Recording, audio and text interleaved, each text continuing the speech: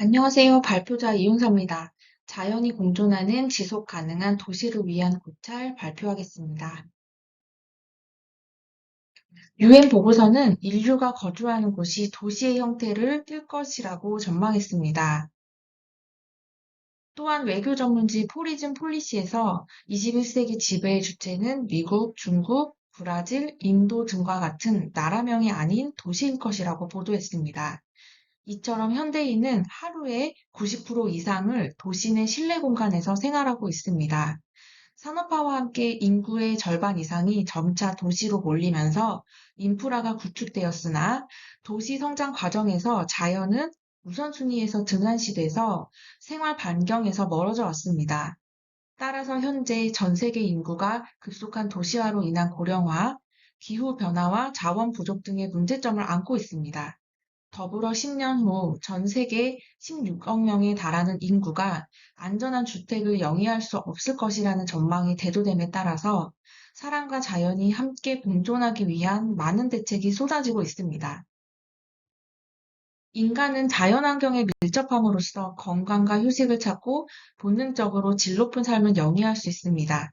이에 자연을 회복시키고 보존하면서 새로운 형태의 자연을 활성화하는 방법을 찾고 개발하는 것이 중요한 과제일 것입니다. 공원과 녹지는 자연재해를 저감시키고 쾌적한 환경을 제공하는 녹색 자원이므로 양적으로 충분히 확보되어야 할 필요가 있습니다. 뿐만 아니라 시각적으로도 아름답고 쾌적한 경관을 제공할 수 있다면 더할 나위 없이 바람직할 것입니다. 이런 이유로 녹색 자원은 국가 정책의 핵심적인 키워드 중 하나로 부상하고 있습니다. 대한민국 정부는 제5차 국토종합계획에 그린 인프라라는 용어를 처음 도입해서 그 중요성을 관철했습니다.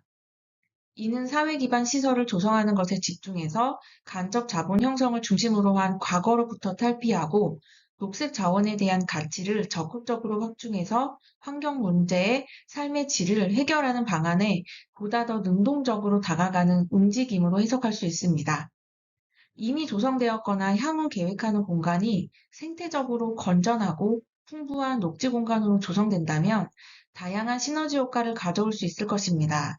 따라서 이런 개념을 반영한 바이오필릭 스타일에 대해 정의하고 이러한 개념을 확장한 수직 정원 요소, 적용 및 공간 설계 기법 등을 적용해서 바이오필릭 시티를 조성한 싱가포르의 사례 조사를 통해 국내의 변화가 필요한 부분과 향후 과제 등을 고찰하고자 합니다. 에리 프롬은 바이오필리아를 생명과 살아있는 모든 것에 대한 열정적인 사랑이라고 말합니다. 바이오필리아는 사람이나 식물, 아이디어, 사회 집단 등이 더 성장하고자 하는 소망입니다. 생체 친화적인 사람은 유지보다는 건설하는 것을 선호하고 오래된 것보다는 새로운 것을 보고 싶어하고 궁금해합니다. 자신의 삶에 안주하기보다는 삶의 모험을 더 선호합니다. 부분이나 구조보다는 전체를 봅니다. 사랑과 이성, 모범의 틀을 통해서 영향을 미치기를 바라면서 생물학적 윤리에는 선과 악에 대한 자체적인 원칙이 있다고 봤습니다. 또한 바이오필리아는 생물학적으로 정상적인 충동을 의미하는 반면 네크로필리아는 정신병리학적인 현상으로 이해된다고 보고 있습니다. 네크로필리아는 필연적으로 성장 장애, 즉 정신적 절름발이라는 결과로 나타나고 나르시시즘과 무관심을 넘어 특정 단계에 도달하지 못한 삶의 결과이며 파괴성은 유사하지는 않으나 바이오필리아의 대안이라고 주장했습니다. 네크로필리아는 바이오필리아의 발달이 저해됨에 따라서 성장한다고 봅니다. 인간은 생물학적으로 생물 성애에 대한 능력을 부여받았지만 심리적으로 그는 대안의 해결책으로 괴사에 대한 잠재력을 가지고 있습니다. 이에 대해서 주요한 보존 윤리의 5가지 구성 요소로서 건강한 환경, 따뜻한 친족 관계, 올바른 도덕적인 엄격함, 확실한 경제적 이익, 그리고 향수와 감정의 동요를 들 수 있습니다. 이 요소들을 통해서 인간은 도전과 자유를 추구합니다. 이런 내용을 토대로 바이오필리아는 인간이 진화를 거치면서 물질, 정신적으로 자연과 깊은 연관을 맺고 있고 건강한 자연과 만남을 통해 참된 인간성이 발현 가능하다고 봅니다. 자연 친화 사상인 바이오필리아는 인간 중심의 힐링이나 웰빙의 개념으로 인지가 가능한 것으로 볼 수 있습니다.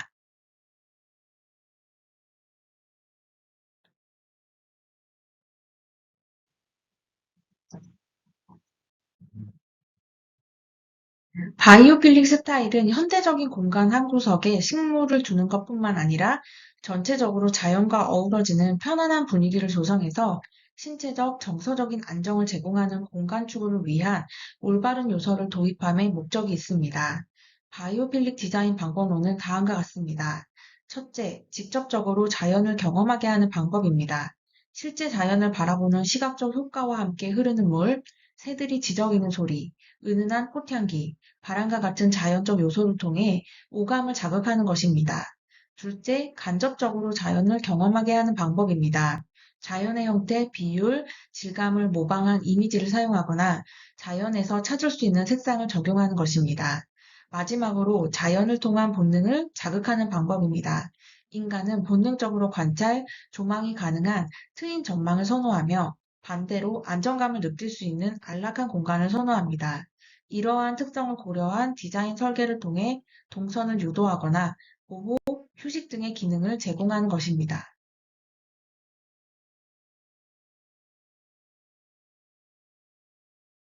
실존을 바탕으로 한 실제적 공간은 사회, 경제, 문화의 영향을 받으면서 인간의 삶을 반영한 물리적 환경으로 구축되어 있습니다.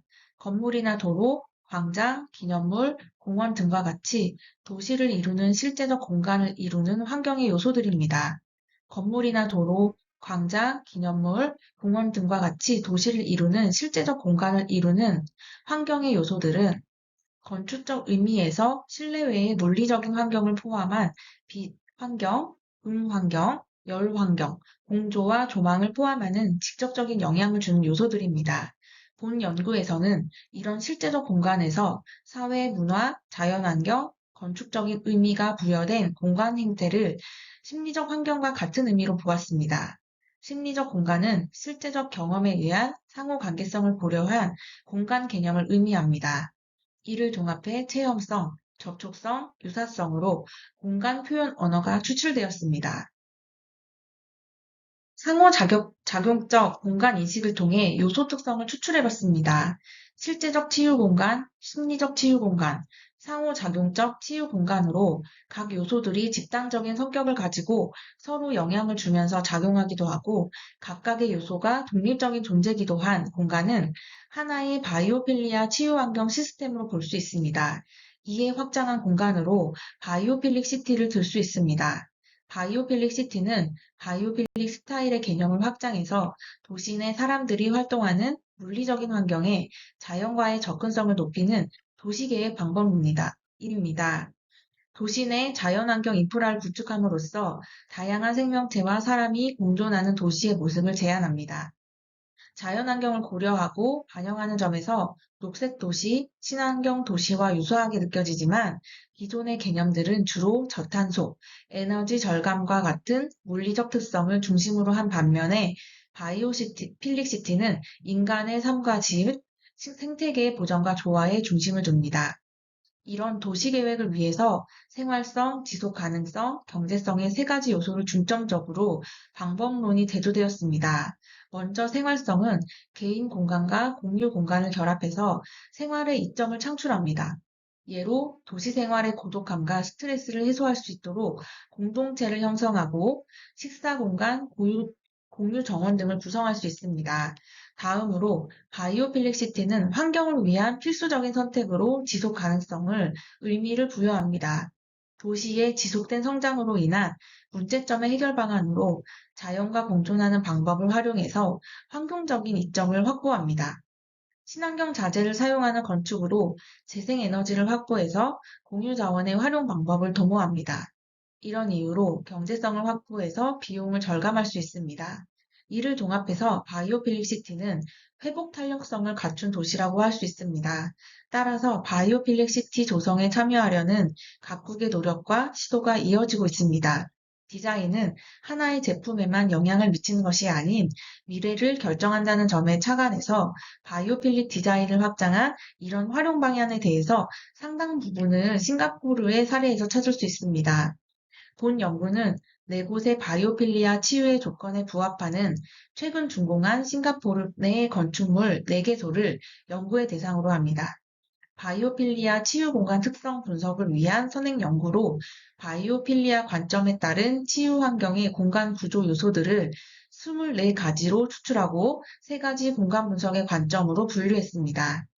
실제적 치유 공간, 심리적 공간, 인지적 패턴 공간으로 설정한 공간 분석 관점을 중심으로 각각 4가지 세부 요소별로 재분류했습니다. 3가지 공간 관점별로 구분한 총 12가지 세부 요소를 통해서 대상 사례로 선정한 세계소 분석을 진행하고 그 결과를 종합해서 바이오필리아 공간 특성을 규명했습니다. 싱가포르는 바이오필릭 디자인을 적용한 도시국가로 서울의 1.2배에 해당하는 면적의 약 560만 명의 인구수와 인구 밀도 약 8,358명으로서 제한적인 국토와 모나코와 마카오 다음으로 높은 인구 밀도에도 불구하고 기존의 공공녹지 비율이 38%에서 전체 48%로 증가했습니다. 싱가포르는 1960년대 정원도시를 모토로 출발해서 정원 속 도시를 친환경 도시 계획의 목표로 지정한 후에 공항, 도심, 교량 등의 건축물을 자연과 유기적으로 결합시켜 바이오필릭 시티를 현실화하고 있습니다. 정원 속 도시란 도시 내 단순히 정원을 배치한 것뿐만 아니라 도시 자체가 하나의 정원으로서 거듭나는 의미를 내포합니다. 한편 정원은 보통 도시공원이나 녹지에 비해 섬세한 디자인이 반영되고 유지 관리가 수반되어야 합니다. 싱가포르는 잘 정돈된 녹지 공간을 조성해서 가로수, 공원에서부터 건축물 벽면 녹화, 옥상 녹화, 베란다 녹화 등에 이르기까지 도시 전체의 어느 곳에서도 녹색 경관을 접할 수 있습니다. 이를 위해 정부 차원에서 싱가포르의 기후와 토양에 맞는 수종을 엄선해서 계획적으로 조성하고 있습니다. 뿐만 아니라 장기적 비전 수립을 통해 도시 전체를 녹색 자원으로 연결하는 정원도시 계획안을 마련해서 적극적으로 추진하고 있습니다. 최근 싱가포르 정부는 쾌적한 도시 환경을 유지하기 위해서 녹지 비율을 확장하고 있습니다. 국토가 좁은 도시국가의 한계로 인해 녹지를 더는 넓힐 수가 없게 되니까 아예 도시를 녹지 안에 두는 역발상을 한 것입니다. 이런 계획 하에 추진이 된 것이 도시 곳곳에 조성된 파크 커넥터입니다. 이에 싱가포르 국가공원관리국은 2007년부터 도시 전체를 둘러싼 파크 커넥터를 조성하고 있습니다. 길이가 총 360km에 이르는 대규모 사업입니다. 이 사업 계획의 일환 중의 하나로 가장 상징적인 정원이 가든스 바이 더 베이입니다. 지중해와 아열대 지방의 다양한 식물들을 보유하고 있고 거대한 슈퍼트리가 총 18개로 각각 다른 기능을 실행하고 있습니다.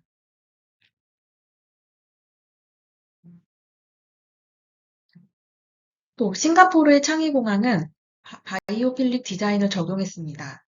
대형 실내 폭포는 40m의 높이로 1분당 37,800리터의 물이 쏟아집니다.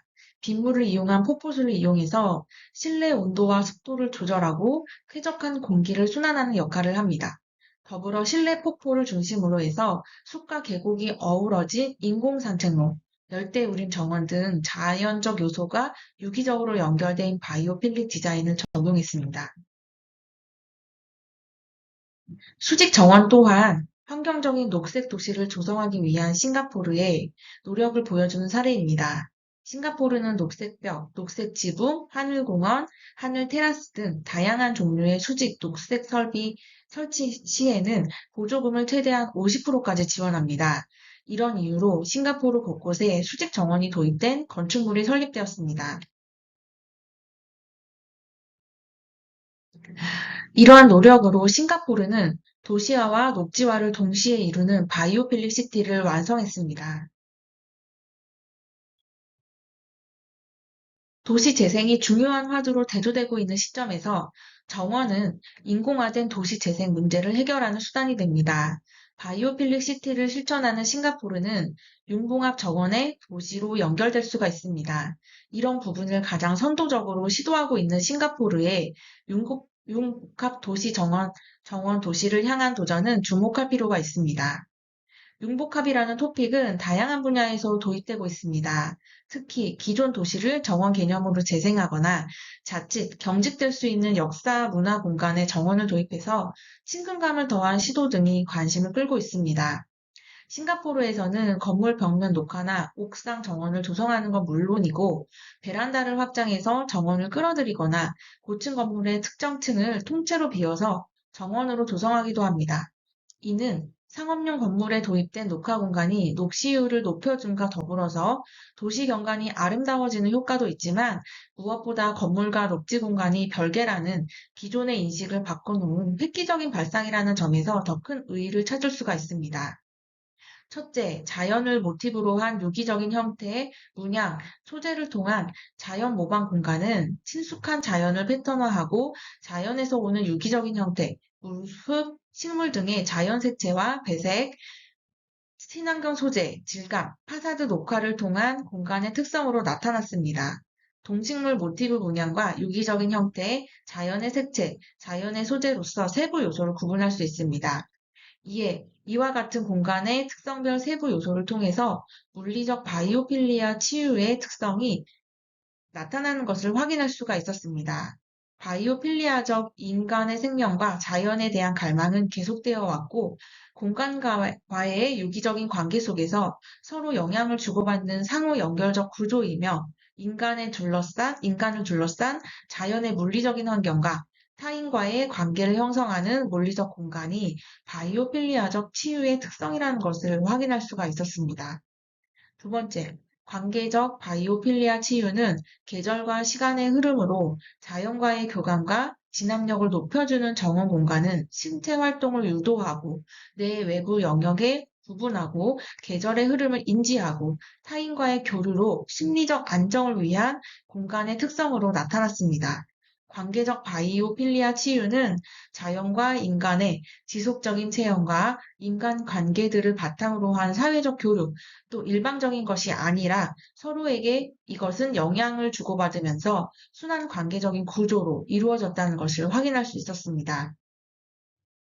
자연과 인간 관계들의 체험은 창조적이고 긍정적인 삶에 대한 의지를 부여하고 바이오필리아적 인간의 삶을 가능하게 하고 소통과 협력에 의한 관계는 이런 효과를 통해서 바이오필리아 치유 공간의 순환 관계적 공간으로 의미를 확장할 수가 있겠습니다.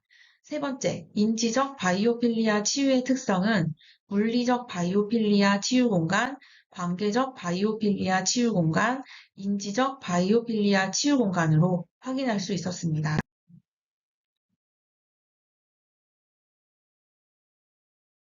자연과 예술과 과학의 융합이 도시에서 실현될 때 비로소 정원도시로 거듭날 수가 있습니다. 2020년 대한민국 정부에서는 한국형 뉴딜이라는 이름으로 디지털 뉴딜과 그린 뉴딜 등을 국정의 중요한 과제로 선언했습니다. 그리고 사회 각 분야에서 뉴딜을 성공적으로 구현하기 위한 다양한 정책이 시행되고 예산이 지원되고 있습니다.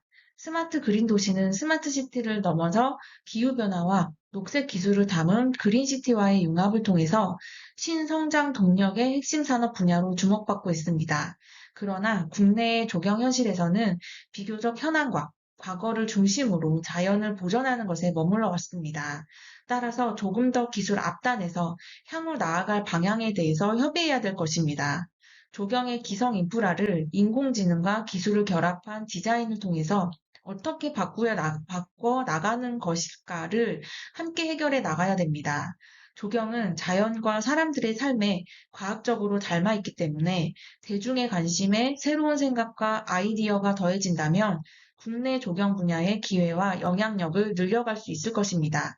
따라서 본 연구에서 제시한 물리적 바이오필리아 치유 공간, 관계적 바이오필리아 치유 공간, 인지적 바이오필리아 치유 공간의 특성과 현시설 또는 도시의 연계성을 파악해서 구축의 지식 기반을 마련하는 데 기여하고자 합니다.